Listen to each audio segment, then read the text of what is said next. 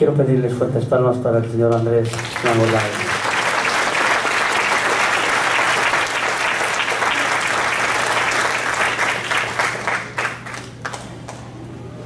Un sueño hecho realidad para mí. Desde muy niño